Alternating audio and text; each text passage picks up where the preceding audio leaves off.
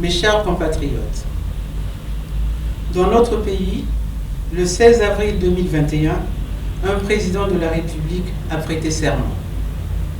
Tout le faste de cette cérémonie n'a pas permis de rétablir la valeur du serment d'un président de la République démocratiquement élu par le peuple dans le cadre d'une procédure libre, transparente et apaisée.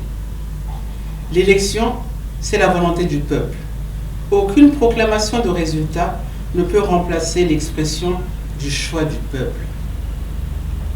On peut faire dire ce que l'on veut à ses propres chiffres.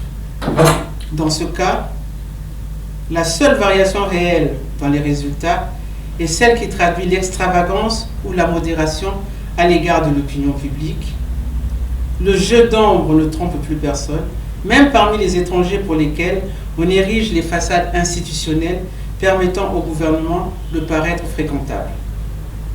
La vérité est que le régime n'est ni fréquentable ni recommandable. Pour cause, c'est un régime expert dans le faux. Il truque les élections, trafique les comptes publics, organise des fausses adjudications de marchés publics.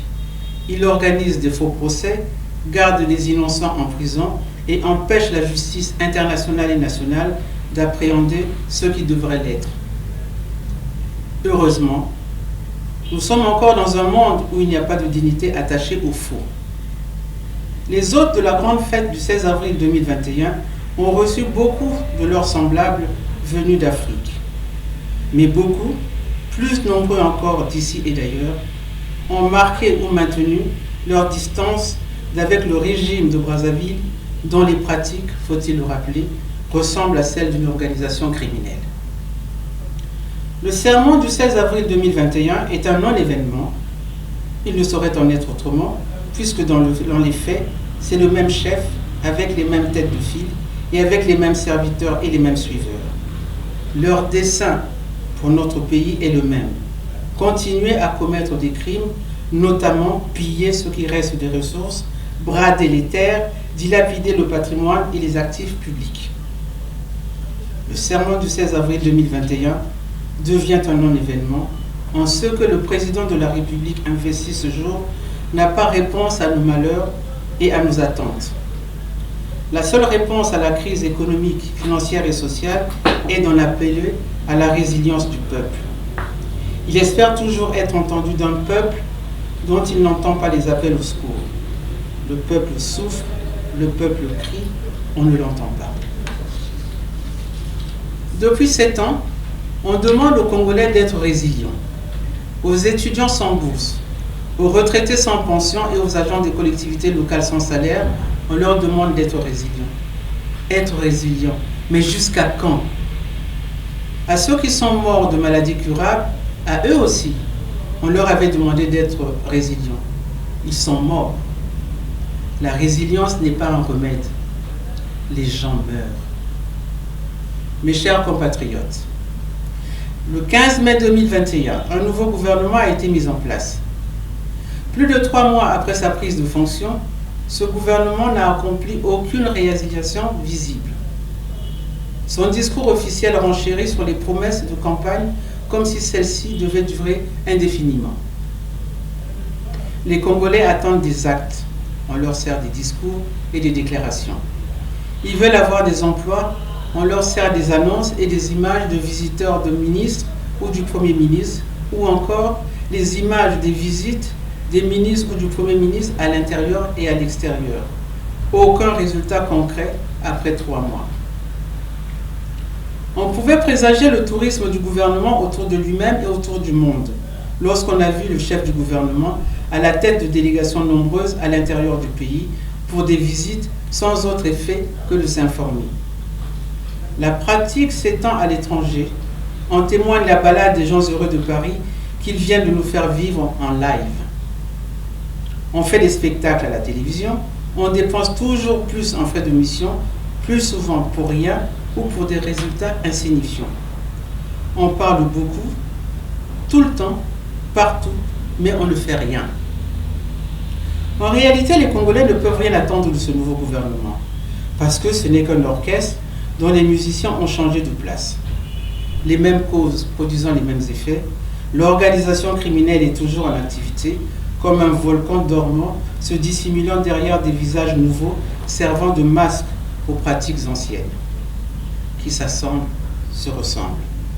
Pour preuve, depuis la formation de ce nouveau gouvernement, les autorités de nomination n'en finissent pas de repêcher tous leurs acolytes oubliés. Le chômage augmente dans la population, alors même qu'on crée des postes tous azimuts pour caser d'anciens comparses, ceux-là même qui ont détruit les emplois des autres par leur incapacité à prendre les bonnes décisions. Mes chers compatriotes, ce nouveau gouvernement en appelle à la conscience des Congolais quant au vaccin en les incitant à recevoir l'injection. Ce sujet est très sérieux et nous devons être clairs, précis et se dire les choses en vérité. Quand un vaccin existe contre une maladie pouvant se transformer en épidémie, voire même en une pandémie, il participe de la responsabilité de chacun envers les autres de se protéger pour protéger le groupe. Mais cela n'est valable que lorsque l'on est en face d'un vaccin au sens propre du terme. Les produits pharmaceutiques qui ont été présentés à notre peuple pour être des vaccins ne le seraient que parce que des gouvernements étrangers amis l'ont dit à notre gouvernement, quand d'autres, pas non moins amis, refusent de les reconnaître à leurs frontières. Nos capacités d'expertise en analyse biomédicale a été réduite à néant. Nous ne sommes pas capables, en tant que communauté, de vérifier techniquement les déclarations des gouvernements étrangers sur la contenance des produits pharmaceutiques mis à notre disposition. Il est irresponsable d'autoriser que les substances inconnues soient inoculées dans le corps des Congolais. Nous exigeons que le gouvernement procède à des vérifications avant de poursuivre ses appels à prendre les vaccins. Telle est l'équipe qui dirige notre pays et tels sont leurs choix et leurs pratiques. De la même façon, ces dirigeants qui ne subissent pas les affres du couvre-feu le reconduisent systématiquement, alors qu'au regard de l'évolution de la pandémie dans le monde et dans notre pays, ce maintien est devenu absurde. Il l'est d'autant plus qu'il n'y a aucune preuve de son efficacité. Maintenir un couvre-feu instauré par le seul effet du mimétisme est autant irresponsable que de vouloir faire inoculer des substances chimiques inconnues à son peuple. Et pour rappel, le couvre-feu et toutes les mesures imitées, notamment les fermetures des marchés, des restaurants, des bars et d'autres lieux de distraction, sont des coûts supplémentaires portés à la capacité de production de nos compatriotes. Toutes ces mesures rendent le quotidien des Congolais insupportable, alors qu'ils sont déjà accablés. Mes chers compatriotes, quand bien même ce régime fait tout pour en appeler à l'usage de la force pour s'en défaire, nous restons partisans de la recherche des solutions pacifiques pour notre pays. Nous en appelons encore à la bonne conscience de ceux qui n'ont pas oublié qu'il n'est jamais trop tard pour bien faire. On peut toujours bien faire pour son pays. La résistance continue. Vive la démocratie, vive la République. Dieu bénisse le Congo. Je vous remercie.